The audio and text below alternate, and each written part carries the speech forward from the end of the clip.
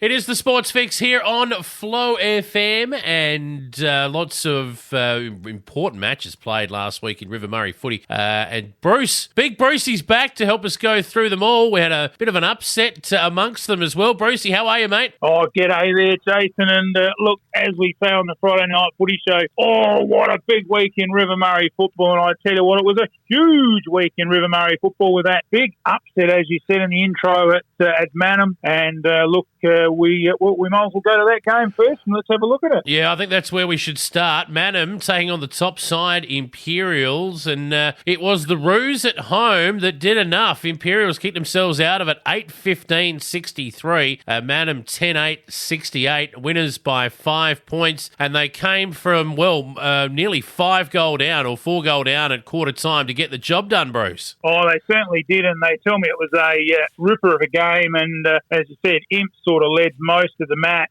and nothing in it at the last change with the Imps that 6-point lead. And they just tell me, I had a mate out there that watched the game, and he just said everything went Manham's way in that last quarter. You know, the little things, just like, I got a free kick here, and the ball bounced right there, and the luck went their way, and they picked up a couple of goals, and it just spurred them on, and it was enough to get them over the line, 10-8 to 8-15. And their best players were Dylan Ribbons, who was very good. They tell me Mitch Huard, Bryce Yentz back to the club this year, and they just had just that little bit of petrol left in the tank to get them over the line. For Imperials, they named Dwayne Wilson, who returned to the side, James Clark at centre-half back, and Scott McMahon. He's just the general. He really does call the shots. You can just see the experience, and he's just a real rock of Gibraltar across that back line. In the goal-kicking department, it was hard to find goals for Manham. They had plenty of goal kickers, but just no one that kicked a big bundle of goals. And this could be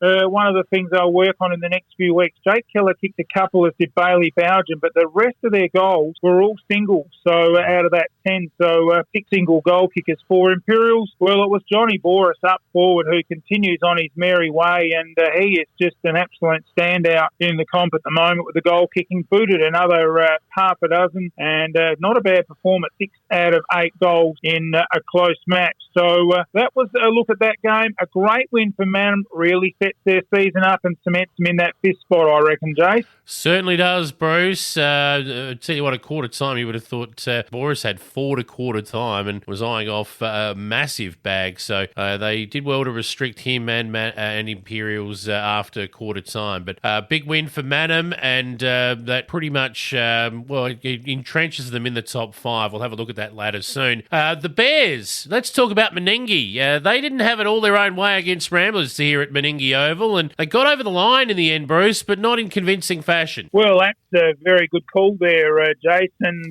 Look, no better way to describe it, because it was pretty even right through the match. And in the end, Menengi just got the spoils by a small margin of 11 points. And look, that's a pretty good effort by Ramblers. Look, we've been pretty harsh on them throughout the season on the Friday Night Footy Show. We've been predicting perhaps another 5 or 6 goal defeats on that. So look, what they've got to work with is certainly very positive, and they've got some good young kids coming through, as we've mentioned each week, in the likes of Gerald Rigney and Keenan Harradine and Matthew Brooks, who we've just named all of their best players, and they really are looking good for the future. Menengi named as their best Jack Holliday, Sam Sanders and Dylan Biggins, and look, he is playing well at centre-half back. Sanders on ball and Holliday across the half-forward line.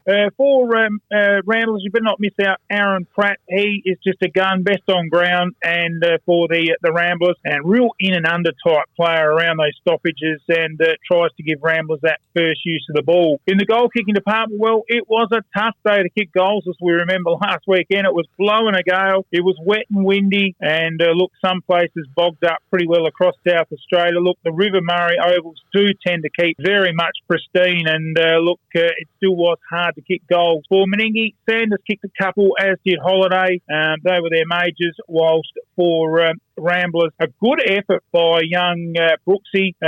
and Gerald Rigney. Gerald Rigney kicked 3 and Brooks kicked 2. So good effort by their 2 young lads there, kicking 5 of the 8 goals. So big futures for those lads. But good performance by Ramblers. Again, an honourable loss, as they call it, but Meningie continue on their winning way, albeit not convincingly. Very true, Bruce. Let's move now to, the blowout of the day. And Tailem Bend to be disappointed with this result. Jervois, obviously, very good side. We know that. But they were far too good for the Eagles. They beat them in the end by nearly 100 points. 91-point winners, 18-9, 117 to 3-8-26. They didn't have any trouble kicking goals in the tough conditions. Jervois in particular, 2 of their lads who combined for 15 of the 18 goals, if you don't mind. Well, that's a commentator's curse, isn't it? And look, it really was that sort of way. But was a second quarter where Jervois did the damage.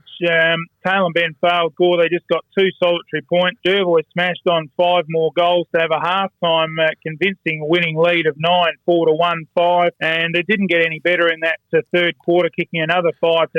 And it was all over at three-quarter time, 14-1 if it wasn't before. And as you said, domination by those 2 major goal kickers. Great to see Owen Love playing league footy and dominating back to his usual self, kicking bags of goals. Let's have a look at the best players. Jervois named, well, as you would expect, Josh Scott kicking 8 goals, named best on ground, Mackenzie Hansen and Owen Love. And gee, isn't that really throwing the pie in the face to Tailem Bend, with Ben Hansen and Mackenzie Hansen travelling across the river from Tailem Bend to Jervois, and then just going over there and cleaning them up, if you don't mind. And look, done that myself a couple of times too, I might add.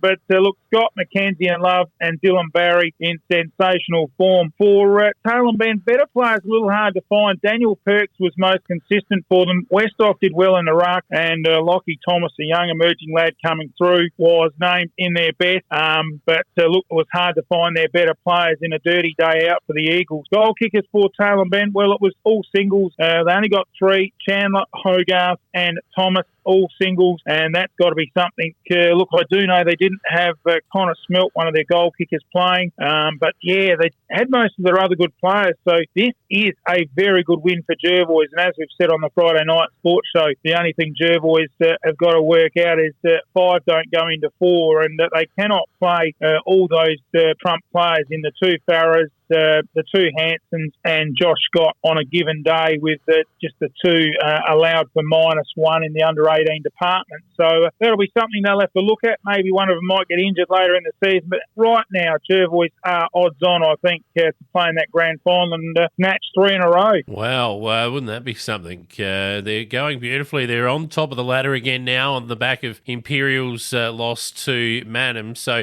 we've said it before that we thought that top 5 was going to be setting basically in concrete. Well, I think it's now in granite after the weekend, with Manham picking up a couple of extra points that maybe we didn't think they'd have. Yeah, well, I think one of our major sponsors with our live stream car says concrete's just mixed up a bit, and he's poured it because it's gone hard in that top 5. There's no doubt about that.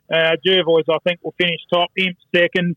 Could be a little bit of fluctuation there between 3 to 5. But I was going to go a prediction and go out. I think Tailem Bend will probably have the strength on 2 lower sides under them, Meningie and Manham. I think they can get 3rd, and probably 4th and 5th are the key areas. I reckon Manham probably can just get to 4th, but it's not going to matter. 4th will play 5th anyway. But Manham I'll predict to get higher than Meningie at the end of the season. But Jervois certainly looking the goods, and that's not a bad effort with the likes of, Love just thrown amongst the mix there now, kicking a bag of goals. But it's just got so many avenues to goal. And with, of course, Zarant Nella, I think, to come back in that side, they really are, he's a no-pointer, so they really are in the box seat, aren't they, the Bloods? They most certainly are, Brucey. We'll obviously on Friday talk more about what's coming up this weekend for River Murray footballers. But just a quick precursor to it, I believe they've got association association football this weekend. Yeah, association football where River Murray take on the Hills Division 1 and, of course, the Riverland combine with the Mallee to take on the Hills Country League. So that's all played at Johnston Park. We'll have some more details on that on the Friday night sports show with, of course, the list of players. We don't have any of that at the moment. Haven't even seen a squad named at the moment for the River Murray. So hopefully we've got some more details for that for the Friday night sports show. As far as the next round goes, round 11 on June the 18th. Wow, some big games in this one with Imperials taking on Tailem Bend and Maipolonga taking on Meningie. A danger game there for the Bears. It still gives Maipo a chance. It's probably their last roll of the dice if they can beat Meningie to still scratch out that, as we say, the Tigers, scratch, a good expression there for that fifth spot. In the last game, Ramblers hosting Manham. So a little bit of a look at round 11, some big games, but none more so than that top 5 clash, Imp versus Tailem Bend. Yeah, good on you, Brucey. We'll catch up with you again on Friday night for the Flow Friday Night Sports Show. Looking forward to that. Until then, mate, enjoy the rest of the week. Will do. We'll see you then.